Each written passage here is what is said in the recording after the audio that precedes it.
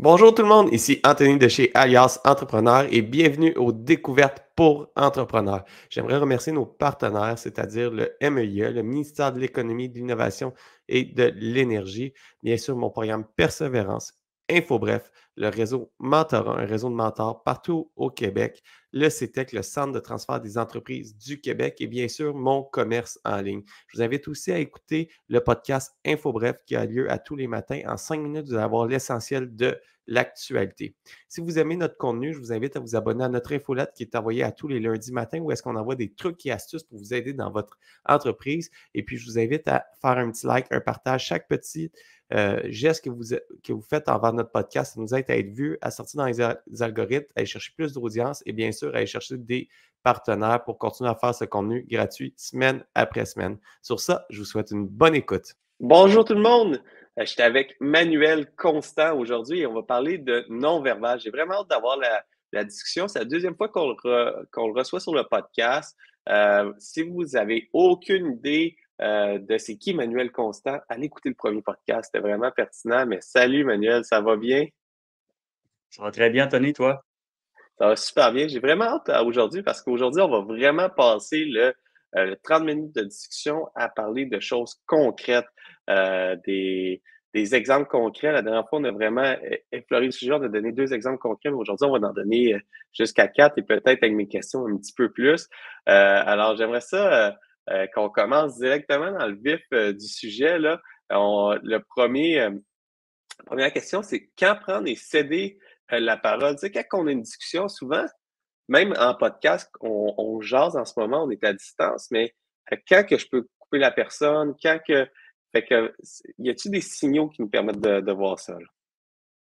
C'est une excellente question. Puis moi, je veux juste mettre, avant qu'on commence, là, parce qu'on va y aller vraiment dans le concret de A à Z aujourd'hui, je veux juste mettre de l'emphase sur ce que tu as dit. En fait, pour moi, écouter le premier podcast qu'on a fait ensemble, c'est pas optionnel, c'est nécessaire, parce que c'est là où on a mis la table sur le non-verbal. On a parlé de c'est quoi les non-dits, comment ça arrive, qu'est-ce qui est un non-dit, qu'est-ce qui ne l'est pas, comment instaurer un climat de confiance, comment optimiser son environnement pour avoir une bonne communication et après interpréter les signaux non-verbaux. Donc, pour moi, c'est pas optionnel, c'est vraiment nécessaire. Allez écouter si vous n'avez pas entendu le premier podcast. C'est là où on met la table. Puis en plus, il y a du concret de toute manière. C'est juste qu'aujourd'hui, on poursuit. Puis là, il y a juste du concret, mais il faut écouter le premier. Exact, je suis 100% d'accord.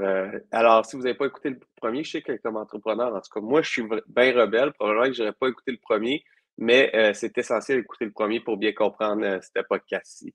Alors, merci d'avoir mis la table. Puis, j'aimerais juste remettre une des choses que je me rappelle de la première discussion, c'est il faut être attentif aux signaux, mais c'est pas une vérité absolue. Alors, c'est pas. Là, on voit 4 exemples, mais c'est pas ces 4 exemples-là qui font une vérité absolue. Là. C'est vraiment, il faut juste être attentif, mais j'ai quand même hâte de rentrer dans ces 4 exemples-là. Alors, on va aller dans le vif du sujet. Pour ceux qui ne l'ont pas écouté, arrêtez ça maintenant, allez écouter le dernier podcast avec Manu. Oui, vraiment, parce que en fait, moi, je suis comme toi, je me ferais dire ça, puis j'aurais tendance à ne pas écouter le conseil, puis à dire, bon, je vais quand même écouter le podcast là. Mais c'est vraiment important parce que c'est de tout ça dont on discute dans le premier, que c'est pas une science exacte, mais blablabla. Donc, c'est ça. Vous reviendrez quand vous aurez écouté le premier. Sinon, on poursuit. Donc, tu m'as demandé quand est-ce qu'il y a des signaux qu'on peut reconnaître quand c'est le temps de prendre ou de laisser la parole? Puis oui, il y en a. Hem, c'est quelque chose qu'on n'aborde jamais, nulle part, ni dans le milieu du non-verbal, ni ailleurs. Mais quand on cède la parole à quelqu'un, il y a des micro-signaux qu'on envoie. Une fois qu'on les nomme, ils sont relativement simples, là, mais à chaque fois que je les demande en conférence ou en formation, les gens ne sont pas capables de les nommer puis de les mettre ensemble. C'est très simple. Quand quelqu'un vous cède la parole, ben, quand il a fini de parler, il va avoir un contact visuel direct avec vous. Puis en même temps, il faut que ce soit vraiment simultané, il ferme la bouche. Parce que s'il manque un des 2, ça signifie qu'il ne vous cède pas la parole. Si, par exemple, je ferme ma bouche, mais que je suis en train de parler, je ferme ma bouche, puis je regarde ailleurs, ben, vous allez comprendre que je suis encore en train de chercher dans ma tête, puis qu'il y a d'autres informations qui s'en viennent. Puis si, à l'inverse, j'ai un contact visuel avec vous, quand j'ai terminé de parler, mais je garde la bouche ouverte, on sait qu'il y a encore de l'information qui s'en vient là aussi. Donc ça prend vraiment les 2. Puis même un troisième qui est idéal, c'est d'attendre un petit délai d'1 ou 2 secondes, mais ça, on pourrait en parler, puis c'est trop, ça devient un petit peu trop délicat, mais juste au moins qu'il y ait le signal des yeux, du contact visuel avec vous et de la bouche qui se ferme. Là, vous savez qu'il y a de très bonnes chances que c'est à votre tour de parler. Puis ça semble très simple. Tout le monde se dit: «Ah, je le savais», mais personne ne le nomme jamais, tu sais? Fait que dans le fond, on n'est pas capable tant que ça de le nommer. Puis, pour certaines personnes, c'est salvateur parce que ce que ça fait, c'est que quand on coupe la parole et on le fait 1000 fois par jour, on coupe la parole et on se fait couper la parole 1000 fois par jour, c'est complètement hallucinant. Même moi qui est très conscient de ça, puis qui a pas tendance à prendre la parole plus outre mesure, tu sais, je m'en rends compte quand je la coupe, puis justement, mon signal, c'est chaque fois que je la coupe, je fais: «La personne avait la bouche ouverte». Il y avait encore d'autres infos qui s'en venaient. Puis là, je veux juste, parce que je te vois là, piétiner, tu as hâte d'intervenir. Je veux juste, dire quelque chose. Il y a des gens qui disent: «Ah, moi, ça me dérange pas de me faire couper la parole, je sais que c'est normal». Parfait, mais moi, même les personnes qui me disent ça, je les vois là, quand ils se font couper la parole, il y a des micro-signaux d'irritation. Ces gens-là sont irrités, même s'ils pensent que ça leur dérange pas. Tu sais, il y a certaines intensités là, dans les émotions, là, puis même si tu penses que ça te dérange pas, ça te froisse un peu. Parce qu'au moment où tu dis quelque chose, c'est que tu as envie de le dire, tu considères que c'est important, là, tu te fais couper la chic. Puis, tu sais, se faire couper la parole, pour moi, c'est toujours négatif. Bon, dans le meilleur des cas, ça représente une douche froide. Dans un cas moyen, c'est un coït interrompu, puis dans le pire des cas, c'est un coup de pelle en plein visage. On peut se situer en quelque part là-dedans, mais c'est jamais agréable. On souhaite pas se faire couper la parole. Donc quand on la coupe, c'est important de la remettre à l'autre. Je comprends, le ton les signaux. Là, tu été parti, puis j'ai pas pris la parole tout de suite. Puis là, j'étais comme, j'avais une question, mais je vais revenir à mon, à ma question avant que tu dises couper la parole, ça donne un coup de pelle en pleine face. Là, je me dis, ah, je vais peut-être moins le faire, mais j'étais en discussion avec un collègue de travail, par exemple, un employé ou avec un fournisseur. Puis là, on a une discussion. Puis parfois, ça part dans une tangente, là. Par exemple, on parle de, je sais pas moi, une problématique, puis là, ça s'en va dans une autre tangente. C'est c'est quoi un bon timing pour quand même couper la parole, pour le ramener vers la tangente qu'on veut mener la discussion? Parce que, par exemple, je mène la discussion, je veux adresser une problématique, puis là, la problématique, je sais pas, moi, c'est, les toilettes sont sales, puis là, il dit ouais, mais les toilettes sont sales parce que j'ai nettoyé les machines. Oui, mais ça reste que les toilettes sont sales. Puis là, il part, ben, j'ai nettoyé les machines, il y a eu telle chose. Ouais, mais les toilettes sont sales. Je donne un exemple. Comment qu'on fait pour comme couper la tangente? Parce que si, tu sais, c'est un terrain glissant, à un moment donné, si la discussion peut complètement virer ailleurs, puis on ne réglera pas le problème sur lequel on adresse la situation aujourd'hui. Euh, c'est- Là, on a vu, il faut que la personne te regarde dans les yeux, qu'elle ait fermé la bouche.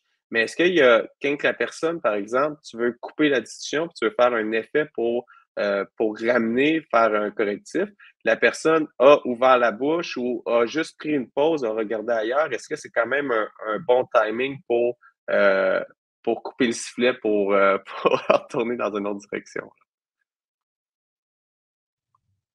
Je me prenais des notes parce qu'il y a plusieurs choses dans ce que tu as dit. Ben, d'abord, je veux dire, on l'a dit tantôt, on se fait couper la parole 1000 fois par jour, puis on la coupe 1000 fois par jour, c'est quand même humain.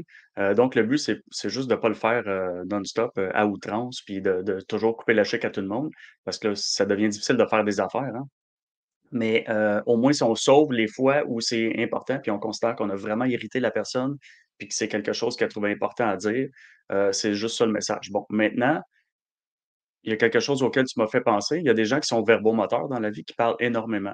Donc, c'est sûr que si tu as un point à régler, si tu es dans un meeting, puis tu as 40 minutes pour régler 2 points, puis que là, ça fait 25 minutes que ça dure, puis vous êtes encore sur l'introduction du premier point, tu sais, à un moment donné, heu, tu deviens il y a des moments où tu as pas le choix de couper la parole quand les gens prennent trop de place. Puis là, ben, tu m'as amené un point différent qui est, on parle pas du bon sujet. Ça devient plus un problème de non-verbal puis de body language. Ça devient vraiment une question de communication interpersonnelle. Puis là, il y a vraiment des coachs, ferrés pour ça, pour apporter des solutions. Moi, j'en ai, mais c'est pas mon créneau à moi. Mais il y a des façons, en fait, de couper la parole puis de dire, qu'on n'est plus sur la bonne track. Puis ça peut être aussi simple que: «J'entends ce que tu me dis, Georges, C'est important que tu en parles. Je considère que c'est un bon point que tu apportes. C'est juste qu'aujourd'hui, l'ordre du jour, c'est ça et ça. Donc, si on s'occupe de ça, on n'aura pas le temps de régler ça. Donc, je propose que ce dont tu me parles, que je trouve important, on le remette dans un autre ordre du jour ailleurs. Ça Puis se dit si bien? je comprends, effectivement, puis si je comprends bien, peu importe la façon que je vais le faire, nous, aujourd'hui, qu'est-ce qu'on parle, c'est le non-verbal, puis la situation, puis c'est ça que je comprends de la première discussion, c'est que même si j'attends un timing idéal pour couper la parole, que la personne est verbomoteur, puis il faut que je le fasse, on le fait 1000 fois par jour, mais je vais créer une frustration, peu importe ce qui va se Oui. passer. Mais peut-être que j'ai pas le choix de le faire dans certaines circonstances, mais il faut être conscient que si on n'attend pas le signal que la personne nous a donné en nous regardant dans les yeux puis en ayant fermé la bouche, je vais créer une frustration. Ça va peut-être être une douche froide, un coup de pelle d'en face, mais il va y avoir une frustration qui va se créer. Exactement. Donc, le fin mot de l'histoire, c'est idéalement, on coupe pas les gens. Mais il y a des gens, tu sais, par exemple, les gens qui sont verbomoteurs, ils vous en enverront pas de signaux. Il y en a pas de pause avec eux, il y en a jamais. Même quand il y a une pause, elle dure tellement pas longtemps que tu as pas le temps d'entrer dans la porte qui est entrouverte. Ils te la ferment tout de suite parce qu'ils apportent d'autres choses. Donc, il y a des gens avec qui c'est des moulins à paroles, ça finit jamais. C'est une boucle infernale de paroles. Donc là, à un moment donné, ben, c'est de choisir le moindre mal, tu sais. Est-ce que ça vaut la peine que j'écoute cette personne-là parler pendant 4 heures et demie? Puis qu'on règle absolument pas ce qu'on a. Tu sais, fait que là, ça devient un peu de la business. Fait que faut que tu maries l'humanisme et les bonnes relations à, au côté business puis efficacité opérationnelle. Donc, tu dois choisir le moindre mal dans certains cas. Oui, des fois, C'est, il faut couper la parole, nécessairement. puis là, maintenant, si, j'aimerais ça être plus conscient parce que moi, je suis quelqu'un qui parle beaucoup, qui n'a pas tendance à bien céder la parole, mais euh, comment que je peux faire pour bien céder la parole, puis faire comprendre à mon audience à qui que je parle, à la personne à qui que je parle, que c'est un bon moment pour prendre la balle au bon, là. Juste de te dire aux gens que vas-y, j'aimerais ça entendre ton opinion, ça m'intéresse. Cette phrase-là, c'est magique ce que ça fait. Heu, je veux connaître ton opinion, ça m'intéresse. Quand elle est ressentie, évidemment, si tu l'apprends comme un robot, si tu apprends à ChatGPT de répéter cette phrase-là, tu ressentiras absolument rien, puis tu te sentiras pas écouté. Mais si tu l'as dit avec sincérité, c'est fou à quel point les gens sont intéressés de donner leur opinion. Donc ça peut être, une belle façon. En fait, ça passe par le verbe et l'attitude plus que le non-verbal, parce que le non-verbal va suivre l'attitude. C'est super. Alors, c'est vraiment d'y aller, puis pas prendre pour acquis que la personne, j'ai fermé ma bouche, puis je l'ai regardé dans les yeux, puis là, il prend pas la parole. C'est d'y ouvrir la, la, la porte à la discussion, là. Là, tu touches à un point, pas sensible, mais complexe, parce que ça, c'est quelque chose que j'enseigne en classe qui prend 3 heures. J'enseigne les dynamiques relationnelles. C'est quoi les schémas comportementaux des gens quand ils sont en interaction? Il y a différents schémas. C'est pas si compliqué que ça, mais ça prend quand même, quelques heures, là. Puis donc, il y a des gens qui sont pas portés à prendre la parole, il y a des gens qui sont plus portés à la prendre. Donc, évidemment, tu interviens de façon différente avec chacun d'eux. Quelqu'un qui prend facilement la parole, tu as pas besoin d'y mettre la table comme ça, puis de le mettre dans une bulle de confort, d'aisance. Mais quelqu'un qui a toujours tendance à acquiescer, puis qui la prend pas, puis qui prend pas de place, puis qui va toujours dire comme toi pour pas, en fait, c'est de l'évitement du conflit, là. Ben, ces gens-là, tu dois, les mettre dans une petite bulle de confiance, pour qu'ils parlent parce que sinon ils nommeront pas leur opinion. Donc ça dépend à qui tu as affaire. Je comprends. Fait que c'est là on adapte un petit peu notre façon de faire selon la personne à qui que je parle. Puis c'est pas parce que j'y ai donné, que je pense que j'ai donné le droit de parler. Si je l'ai pas dit clairement, il y a peut-être un non-dit. Puis là, ça va faire qu'il va avoir une autre frustration parce que quand j'y pose une question, il me répond pas, mais j'ai peut-être pas laissé le temps de parler. Puis là, ça fait effet boule de neige, là. Exact. Puis tu sais, ça, on le fait quand même relativement bien, intuitivement, mais ça a l'air bien, bien, bien compliqué, là, mais il y a des façons de faire. C'est vraiment un savoir-faire qui s'apprend en classe. Comment est-ce qu'on interagit avec les gens, puis avec qui, puis comment. Ça a l'air bien compliqué, mais finalement, c'est bien simple. Il faut juste prendre le temps de le faire parce que sinon, notre mode intuitif, il est bon, mais il n'est pas si excellent que ça, puis c'est là où on échappe. Ben, qu'est-ce que je trouve important, puis après ça, on va aller à ma prochaine question, c'est la discussion que j'ai avec toi, Manuel, c'est quand que j'ai une discussion simple pour le plaisir. Comme là, en ce moment, on jase pour le plaisir, on jase pour apprendre des choses. C'est une discussion simple pour moi. Tu sais, c'est pas, je suis pas stressé, je suis pas en négociation, je suis pas en train de te demander un prêt pour grossir mon entreprise, je suis pas en train de négocier avec un fournisseur un rabais pour aller chercher une nouvelle commande. Je sais pas. Tu sais, c'est des discussions simples. Mais quand j'arrive pour moi avec une discussion qui est plus touchée, qui me stresse, une discussion que j'aurais tendance à vouloir éviter, par exemple, moi, j'ai de la difficulté à négocier avec mes fournisseurs. Tu sais, je trouve ça, le fournisseur me fait un prix, le rappeler pour dire, ben, ton prix est trop élevé, on peut-tu avoir une nouvelle entente? Ça me stresse.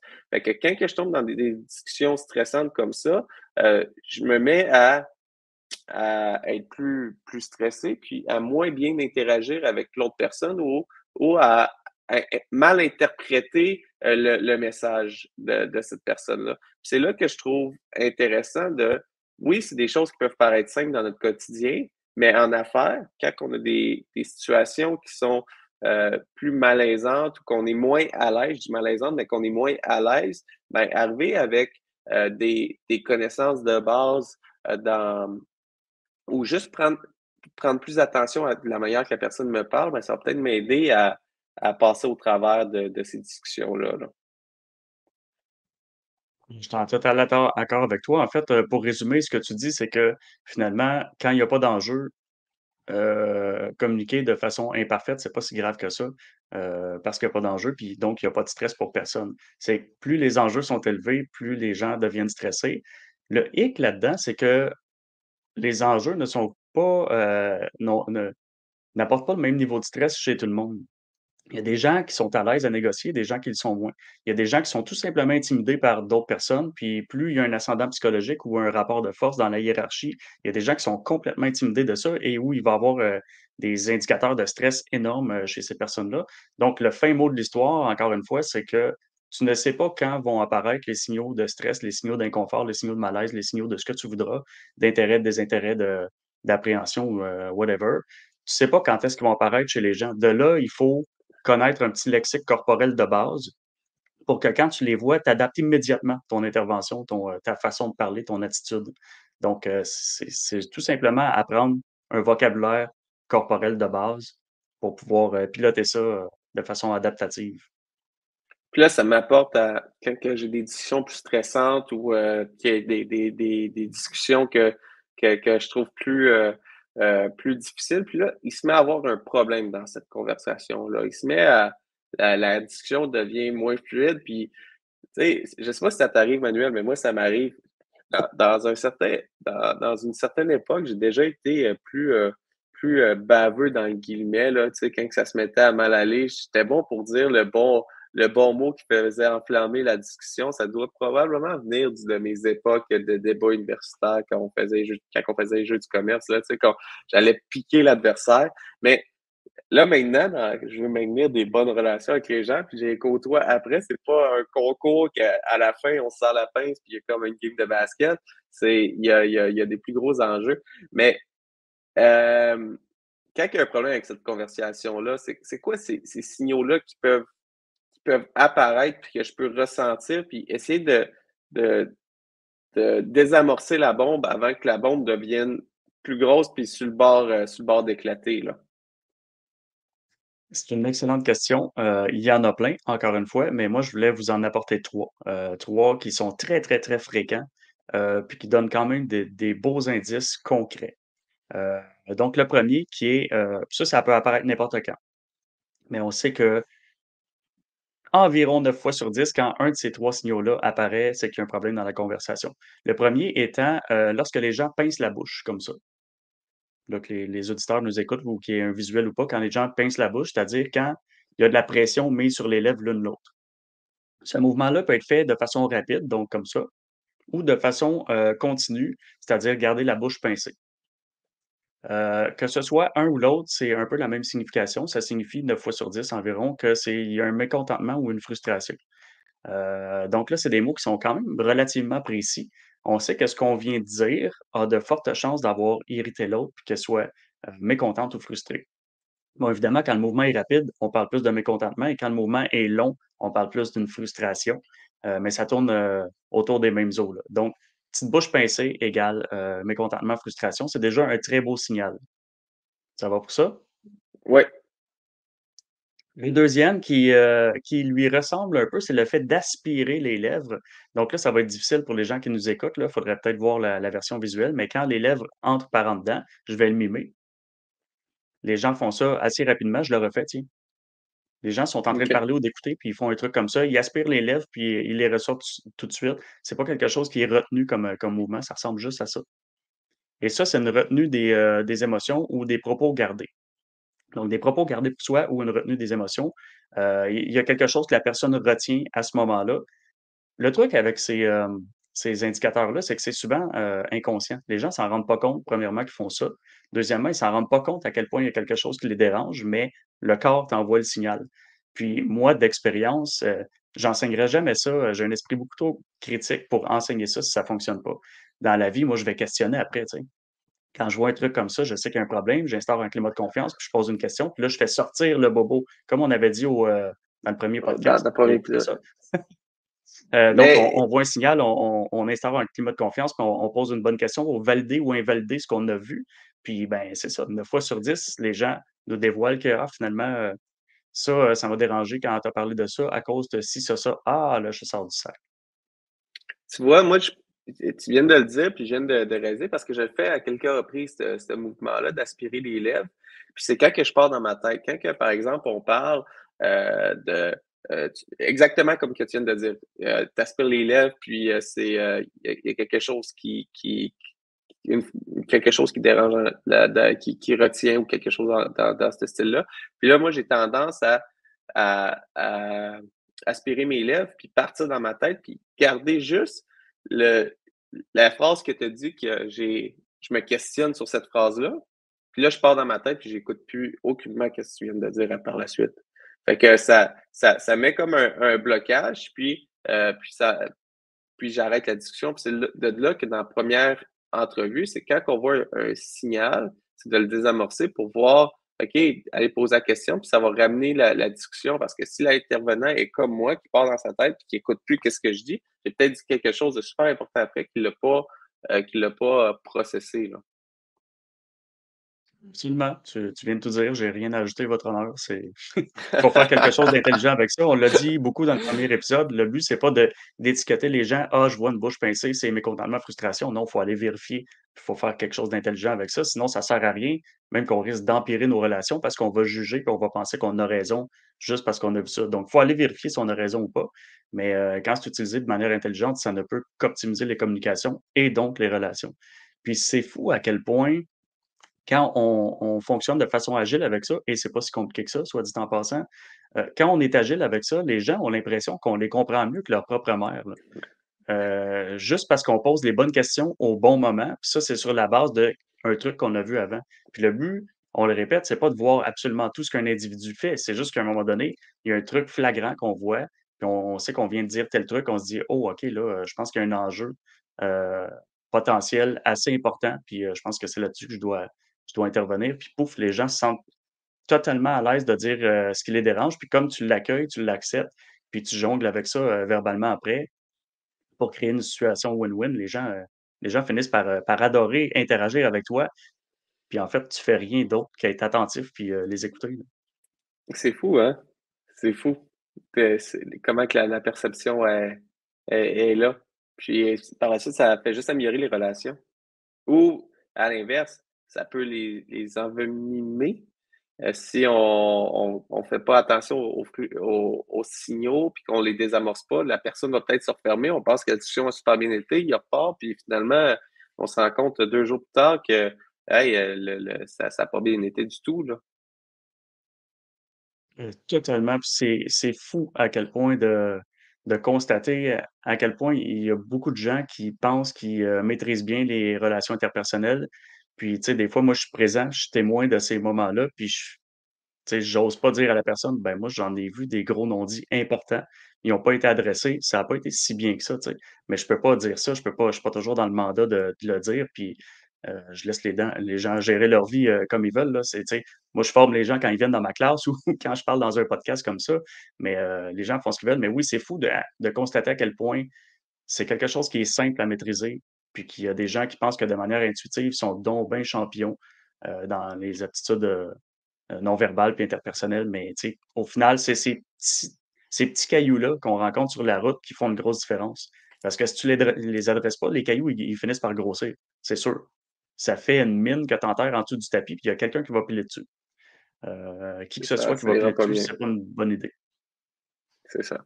Super. On avait dit 3, pincer les lèvres, aspirer les lèvres, puis la troisième, ça serait quoi qui commence à Le avoir troisième, le troisième, je vais la mimer, puis après, je vais la décrire. Donc, c'est faire ça, comme ça. Puis là, pour les auditeurs qui n'ont que l'écoute et pas le visuel, c'est très difficile à décrire, ce mouvement-là. C'est un mouvement fait avec l'index sous le nez.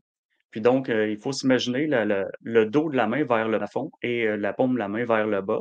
Puis c'est l'index, le dos de l'index qui glisse sous le nez et vers l'interlocuteur, vers l'extérieur. Puis ça signifie que la personne, 9 fois sur 10, c'est pas une science exacte, environ 9 fois sur 10, la personne rejette quelque chose. Qu'est-ce qu'elle rejette? Est-ce que c'est l'environnement, l'interlocuteur ou le sujet? On ne sait pas. Il faut questionner comme d'habitude. D'expérience, c'est très souvent le sujet. C'est très souvent les propos qui viennent d'être dits ou ce à quoi la personne pense qui est lié à ce qui vient d'être dit ou entendu. Donc, c'est assez immédiat comme mouvement. C'est pas un bon signal hein, quand quelqu'un rejette quelque chose. Peu importe ce qu'il rejette, c'est pas un bon signal. Bon, après, on reste dans le 9 fois sur 10 parce que ça se peut qu'il est en train de penser à son parcomètre, qu'il faut qu'il aille le payer, puis c'est ça qu'il rejette, puis que ça n'a aucun lien avec nous. Sauf que 9 fois sur 10, il y a un lien avec ce qui vient d'être dit. Et puis c'est vraiment de porter, comme qu'on a dit dans le premier podcast, c'est de porter attention puis de questionner. Fait que si on pense justement dans j'ai en tête une négociation parce que je vais en faire aujourd'hui probablement, là, mais quand, qu'on discute puis qu'on voit ce signal-là, ben, c'est important de l'adresser pour pas continuer à pousser parce qu'il y a peut-être un irritant. Puis comme tu as dit, c'est peut-être complètement ailleurs, mais si on n'adresse pas la situation, même si c'est complètement ailleurs, il y a peut-être plus la tête à qu'est-ce qu'on a comme discussion alors qu'on se parle parce qu'il a rejeté quelque chose qu'il a peut-être la tête ailleurs dans ce moment-là. Là. C'est Puis, rarement positif, là, ce signal-là. Les trois, en fait, les trois qu'on a nommés, c'est très rarement positif. c'est, quand on voit ça, puis ça va être de bien se contrôler pour adresser la situation, la comprendre et pas de se mettre à stresser et dire ah, il rejette, qu'est-ce que je dis, qu'est-ce que je fais. Ben, c'est d'adresser puis de faire évoluer la discussion. Puis là, ça m'apporte, on a parlé beaucoup des non-verbales de face à face, mais j'ai une autre question pour toi, Manuel. C'est par écrit. Dernièrement, j'ai échangé avec certaines personnes à quelques reprises, puis dans les écrits, il y a beaucoup de trois petits points. Par exemple, j'ai le contrôle, trois petits points. Tu sais, comme peux-tu faire ça, trois petits points. Tu sais, très, très, très direct. Puis, moi, quand que je réceptionne, je vais parler pour moi, là, parce que quand que je réceptionne cette courriel-là, euh, ça me fait hey, je le sens agressif. Moi, je me dis, je le sens agressif, je le sens sec, je le sens, tu sais, je le sens pas. Ah, bonjour, Anthony. Oui, j'ai bien reçu la commande. Ça se passe super bien. Nous avons le contrôle. Merci de votre confiance. Non, c'est j'ai le contrôle, 3 points. C'est fous-moi patience, laisse-moi travailler. Tu sais. C'est de même que je le perçois. Puis, ça mérite. Fait que c'est un petit peu ça que j'aimerais voir avec toi, c'est est-ce que c'est moi qui ai une mauvaise perception de ces trois petits points-là? Est-ce qu'il y a des générations parce que je le vois dans certains types de collègues que sont pas tout à fait la même génération, ceux qui ont une tranche d'âge très similaire écrivent de cette façon-là très régulièrement. Fait que je me dis, est-ce que c'est générationnel? Puis c'est moi qui est pas habitué comme moi, qui écrit un WTF ou un ça va, tu sais, que c'est la même, le même jargon, que c'était juste un jargon écrit. C'est un petit peu ça que j'aimerais voir avec toi. Euh, en fait, je vais clarifier ma question. Est-ce que j'ai une bonne perception que la personne a hâte de retourner travailler puis qui lâche-moi patience ou c'est plus générationnel puis ça peut avoir mille et une significations, là. J'adore ça comme question. C'est une belle question pour clore le podcast parce qu'on va pouvoir faire du millage dessus. Beaucoup de choses à dire là-dessus. Je vais quand même rester concis. C'est quelque chose que j'enseigne, l'utilisation des trois petits points. Les trois petits points, qu'est-ce qu'on peut dire en gros de ça? Il y a deux façons. Ben, en fait, ça se regroupe sous une seule chose, c'est une pensée inachevée, en tout temps. Ça, c'est sûr et certain. Après, il y a comme un peu deux directions à ça, parce que c'est l'intention derrière le fait de mettre les trois petits points qui détermine qu'est-ce que les trois petits points peuvent vouloir dire. L'intention peut être tout simplement d'être un synonyme de et cetera. Donc, la personne nomme plusieurs trucs, puis là, elle veut pas comme élaborer à l'infini, donc elle met trois petits points. C'est possible que ce soit juste ça. Mais quand c'est ça, c'est évident. On s'en rend compte, avec le contexte, on sait très bien que ça veut dire et cetera, puis que la personne veut juste pas comme passer sa vie à faire une thèse doctorale dans un message texte. Euh, mais il y a une autre direction qui est un peu celle que tu as nommée. Des fois, c'est péjoratif ou manipulatoire parce que souvent, les gens vont utiliser ça. Puis en fait, c'est un gros non-dit. C'est un immense non-dit. C'est que la personne ne va pas achever sa pensée par écrit, mais il y a encore quelque chose à dire. C'est ça que ça veut dire. Puis donc, il y a des cas où c'est littéralement péjoratif. Puis là, ça aussi, ça prend le contexte pour s'en rendre compte. Et il y a des cas où c'est plus manipulatoire. Un peu, je pense que c'est ce à quoi tu fais face. Euh, c'est quelque chose qui te laisse interpréter. Tu sais, au lieu d'exprimer ce que j'ai à dire, je te laisse l'interpréter à ta manière, puis finalement, arrange-toi avec ça. Moi, je m'en vais. Tu sais, c'est vraiment pas responsable comme communication.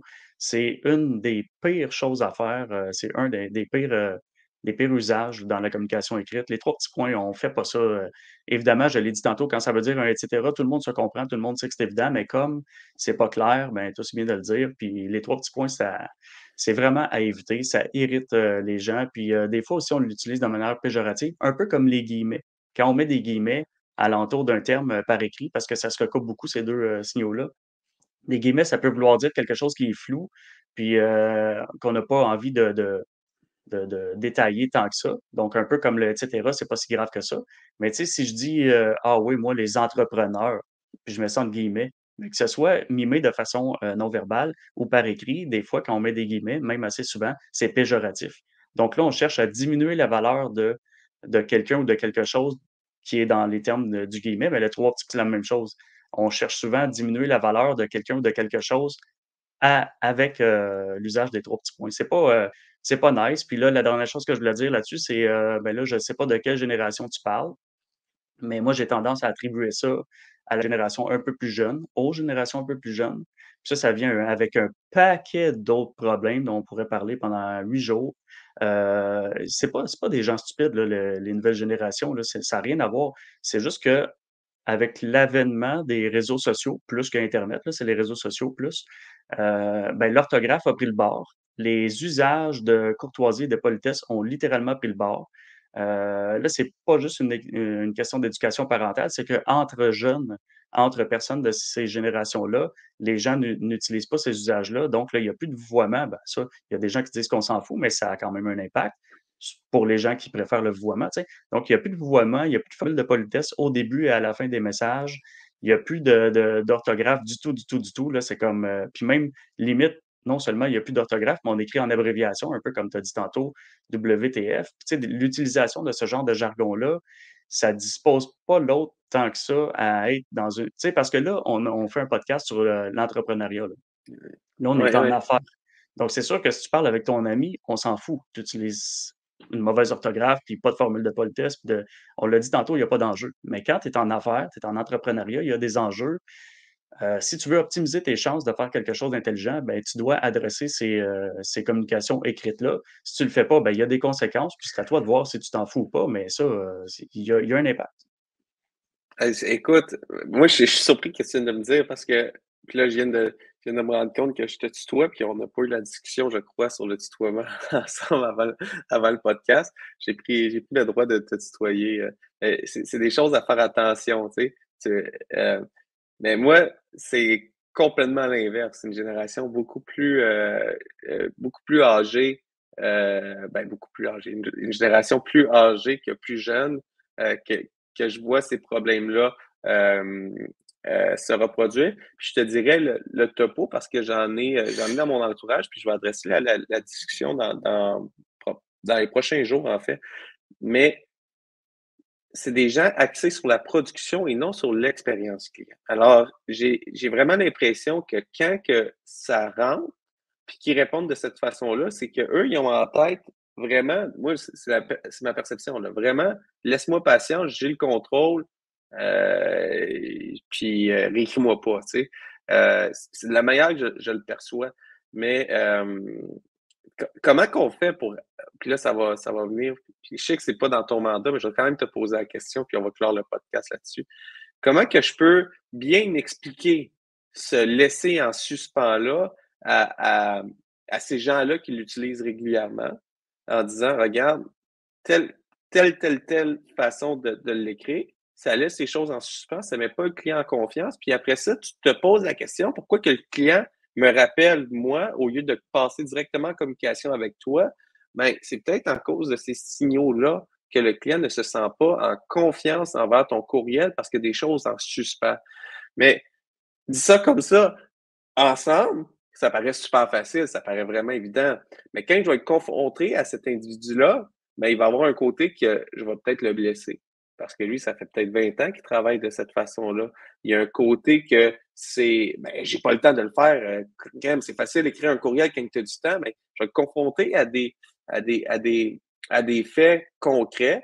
Puis, j'ai peur blesser la personne, mais aussi faire un blocage puis une grosse remise en question. Alors, ma question concrète, c'est comment que je fais pour aborder cette situation-là avec des mots simples, puis de lui expliquer, regarde, c'est pas contre toi, mais quand que tu fais ça, ça, ça cause des non-dits qui peuvent mettre le client, diminuer l'expérience client à ce client-là, même si ta soumission a été faite dans les délais, ta commande a été bien traitée, tout est fait de A à Z là, de la bonne façon, mais le client ne s'est pas senti en confiance, puis ça crée un irritant du même qu'on a parlé initialement.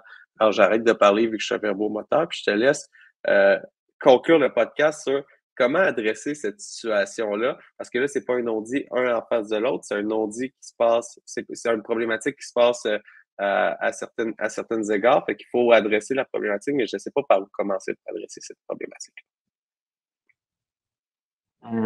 D'abord, merci de me remettre sur la track un peu avec ça parce que je vais commencer avec un disclaimer.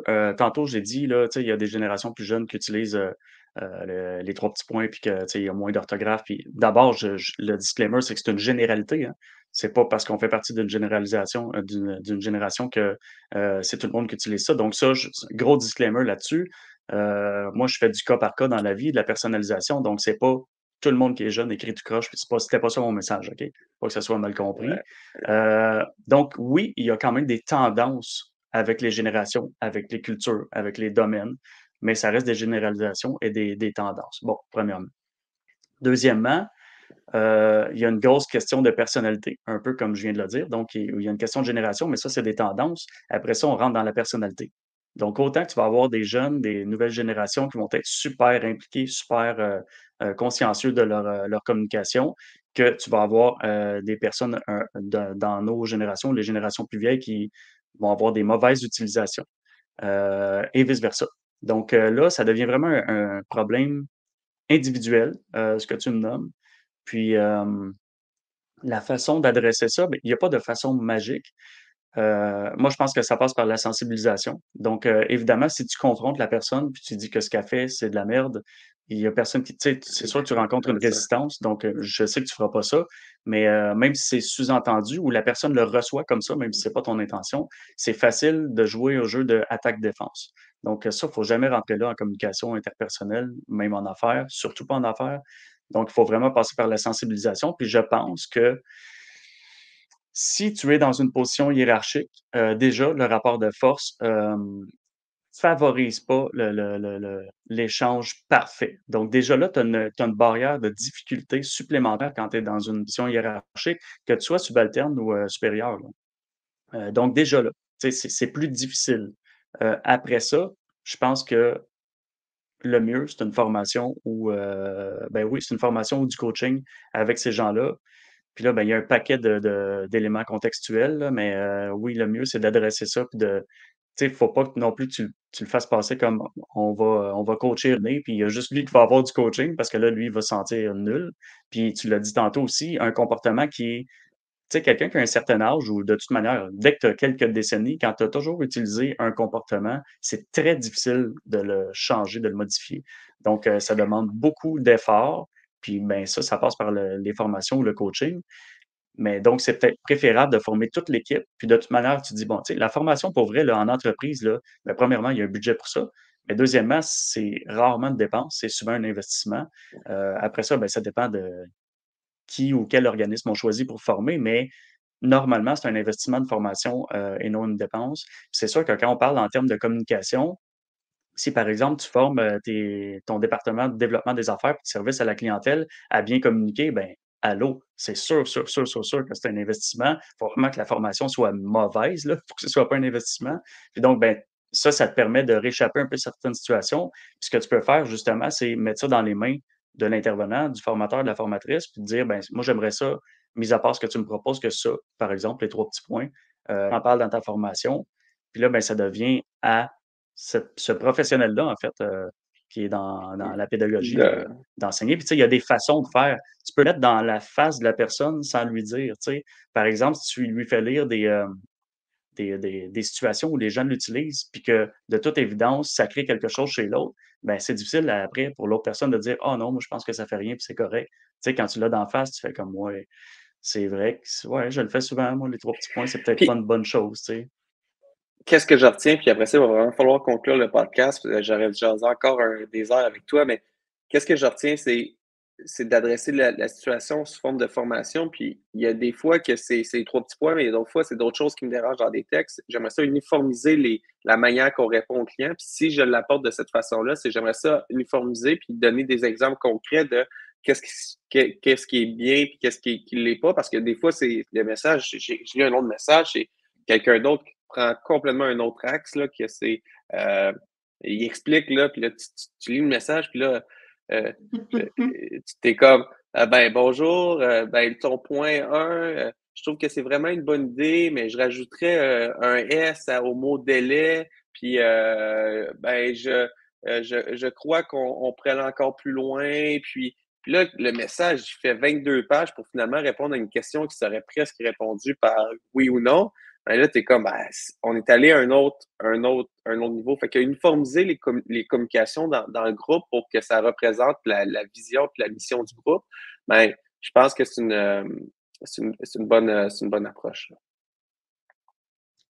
Totalement, puis là, je clôt là-dessus, puis je ferai pas ça, super long. Totalement, Anthony, c'est, oui, la formation en entreprise, surtout quand on a affaire avec d'autres humains, parce qu'on a toujours affaire avec d'autres humains, hein. Faire de la business, tu as pas le choix de traiter avec d'autres humains. Puis donc de savoir t'adapter, de choisir, en fait, tes employés à toi qui savent s'adapter, aux situations puis aux gens, nouveaux et différents, ben, c'est un must. Puis donc, oui, pour l'aspect non verbal, ça va me faire plaisir, là, de faire affaire avec les gens. Mais pour l'aspect verbal et écrit, il y a d'autres professionnels, il y en a une tonne. Mais tu l'as dit dans une phrase, c'est uniformiser le discours puis la façon d'approcher et de gérer les clients.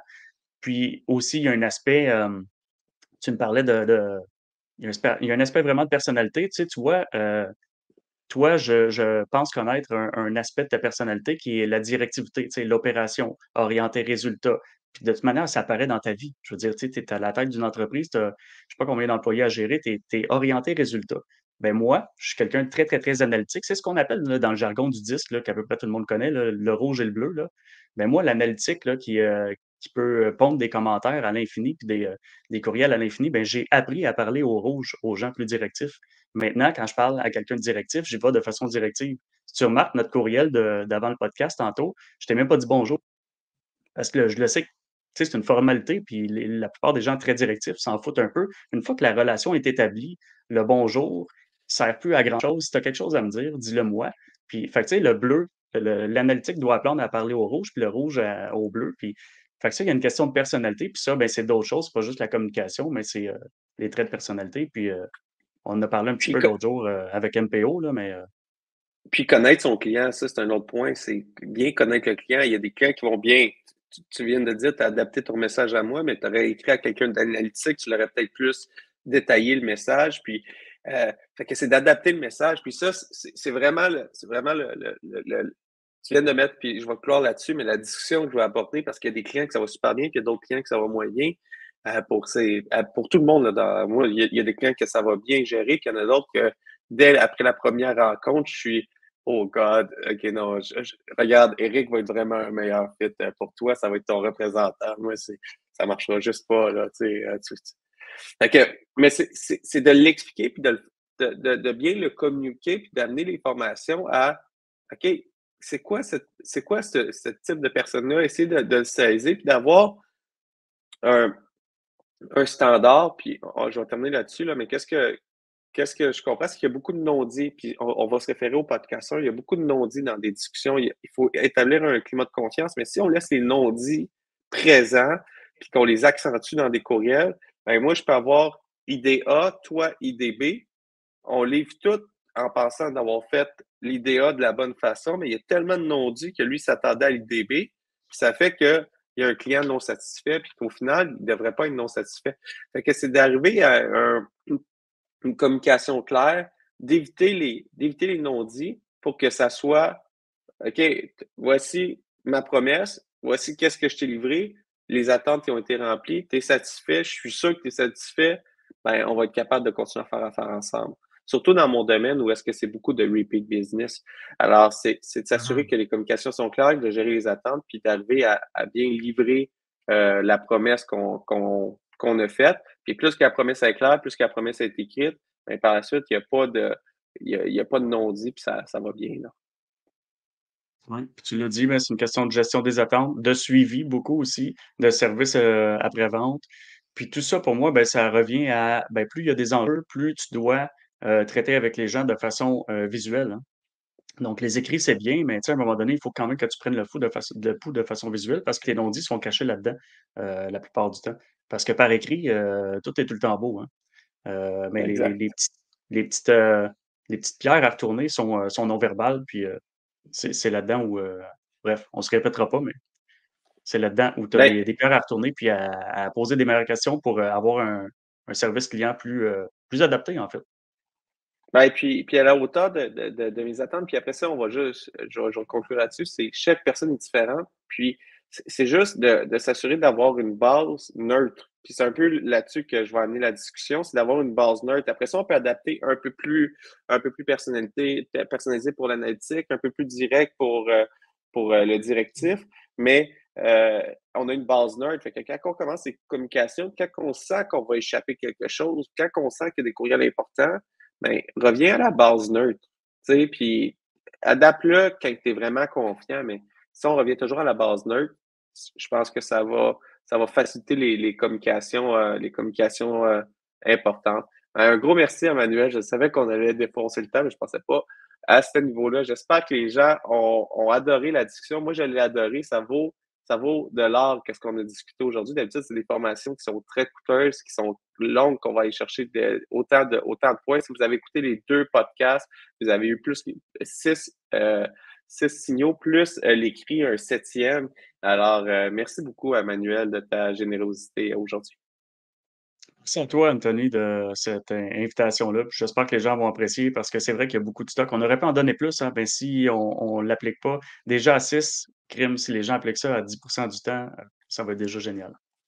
Puis, au-delà des appliqués, moi, je me remémore le premier podcast, c'est prenez pas ça pour du cash, adressez. Aussitôt que vous voyez quelque chose, adressez. On n'a pas parlé, adressez-le. Vous voyez quelque chose qui semble déranger, vous voyez quelque chose, même du côté positif, adressez-le pour s'assurer que ça va dans la bonne direction, qu'on est sur la bonne orientation dans la discussion. Oui, parce que ce ne sont que des indices. Exact. Eh ben, merci beaucoup, Manuel. Puis sur ça, je vous souhaite une excellente fin de journée. Puis on se retrouve la semaine prochaine pour une autre découverte pour Entrepreneur.